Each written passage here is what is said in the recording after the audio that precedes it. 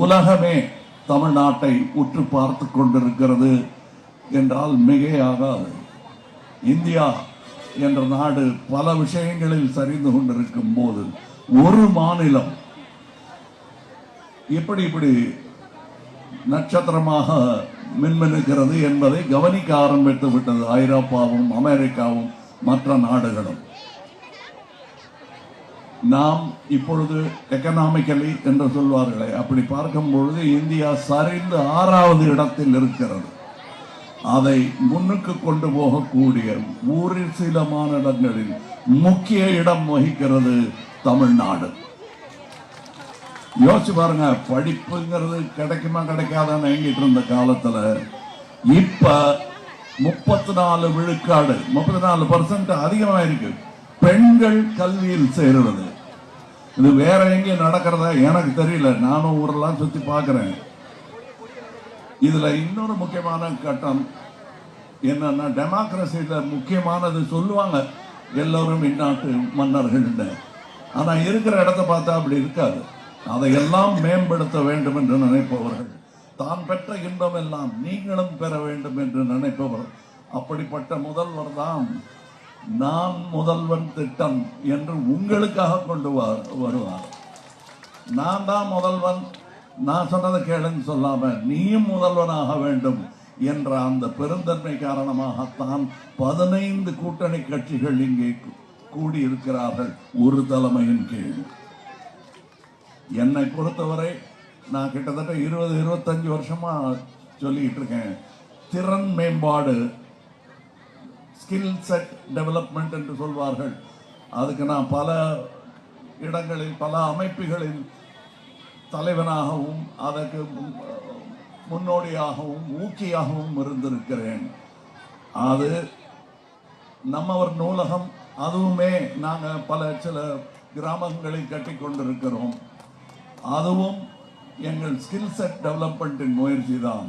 ஆனால் அதை தமிழ்நாடு தழுவிய ஒரு திட்டமாக அமைக்கும் இந்த அரசு மீண்டும் வாய்க்க வேண்டும் உங்களுக்காக என்பதற்காகத்தான் நான் இங்கே வந்திருக்கிறேன். தம்பி என்று சொல்லக்கூடாது, டிசிஎம் டெபுட்டி சீஃப் மினிஸ்டர் இங்கு உதயநிதி அவர்கள் இங்கே திருச்சியில் ஒலிம்பிக் அகாடமியை நிறுவி இருக்கிறார். அதனால என்னன்னு கேட்கலாம், இப்பவே அதற்கான பலன்கள் தெரிய ஆரம்பித்து விட்டன.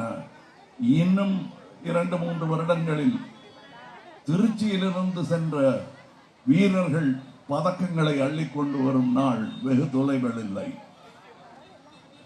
சிறிய சிறிய கிராமங்களில் கூட விளையாட்டு மைதானங்களுக்காக ஏற்பாடு செய்திருக்கிறார்கள். எந்த ஒரு அரசும் எந்த ஒரு நாடும் மக்களை படி, வேலை செய்ய, தூங்கு, ரிட்டையர் ஆகு, சாவு அப்படின்னு சொல்றது சுயநலமான அரசு. எல்லா துறைகளிலும் எல்லா சுவையும் அனுபவித்து, வாழ்க்கையையும் அனுபவித்து, மற்றவர்கள் அனுபவிப்பதற்கான விதைகளையும் போட்டுவிட்டு செல்வதே நல்ல தமிழனுக்கு அழகு. தமிழ்நாட்டில் இந்த மாதிரி இல்ல, பாத்திரலாம் ஏங்க, நான் இங்க உங்களை பார்க்கலன்னு கோச்சுக்கிறீங்க, டெல்லியில இருந்து பார்க்கவே மாட்டேங்கிறாங்க உங்களை. அதை பத்தி கவலைப்படாம இங்க பாருங்க நாங்களும் தான் சொல்லிட்டு இருக்கோம், இங்க பாருங்கன்னு பார்க்க மாட்டேங்கிறாங்க. கூட்டி கொடுக்கிறோன்னு குறைச்சு கொடுக்கறாங்க. இதெல்லாம் எங்களுக்கு தெரியாதுன்னு நினைச்சிட்டு இருக்காங்க. முக்கியமா என்ன சொல்றேன் தெரியுமா, தமிழ்நாட்டின் வளர்ச்சி அங்க டெல்லிக்கு கொஞ்சம் வயிற்றுச்சல் தான். அது மோர் குடிச்சு பார்த்தாங்க, அப்புறம் அது வயிற்று வலிக்கான மருந்துகள்லாம் சாப்பிட்டாங்க. இப்ப ஜாஸ்தி ஆயிடுச்சு அந்த கோபம்.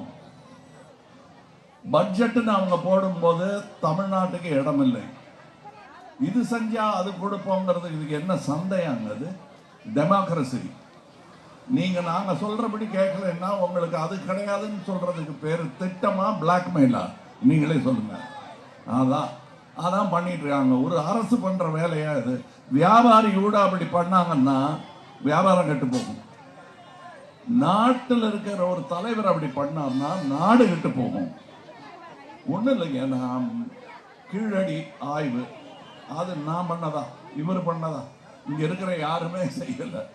அது நம்ம முன்னோர்கள் செய்தது. அதுவும் நம் கண்ணுக்கு தெரியாத பின்னோக்கி சென்றோமையானால் அந்த காலத்தில் நாம் வாழவே இல்லை. ஆனால் நம்மை போலவே கௌரவமாக படிப்பறிவுடன் தமிழன் அன்றும் வாழ்ந்திருக்கிறான் என்பதற்கான சான்று அங்கே இருப்பது அவர்களுக்கு உறுத்துகிறது. அதனாலதான் முதல்ல என்னை எம்பி ஆக்கி இவங்கெல்லாம் அனுப்பிச்ச போது நான் அவர் கையில் பெரியவங்கன்னா ஏதாவது எலுமிச்சை பழமாவது கொடுக்கணும் அப்படிம்பாங்க. நான் சரியான பழம் எதுவோ அதை கையில் கொண்டு போய் கொடுத்தேன். கீழடியுடைய அந்த பொம்மையை தான் நான் அவர் கையில் கொடுத்தேன். அப்படியாவது அதை எங்கேயாவது ஷெல்ஃபில் வச்சு திரும்பும் போது ஞாபகம் வந்துடாதா, நம்ம இப்படி ஒரு புராதனம் இங்கே ஒளித்து வைக்கப்பட்டிருக்கிறது அவர்களால் என்பதை காட்டுவதற்காகத்தான். அது குறும்பு ஒன்றும் இல்லைங்க, ஞாபகம் வச்சுக்கங்களேன்னு சொல்றது தான். குறும்புன்னு நினைச்சா குறும்பு தான், அதுக்கு நாங்கள் என்ன பண்றது. 23 உதய சூரியன் மறந்து விடாதீர்கள். அதை ஞாபகப்படுத்தவும் உங்களுக்கு நல்ல ஒரு வேட்பாளரை அறிமுகம்லாம் படுத்த வேண்டாம். இவர் அறிமுகத்துக்கு அப்பாற்பட்டுட்டார். இப்ப இது ஒரு வெற்றி விழாவாகவே நான் பார்க்கிறேன். உங்க முகத்துல எனக்கு தெரியுது.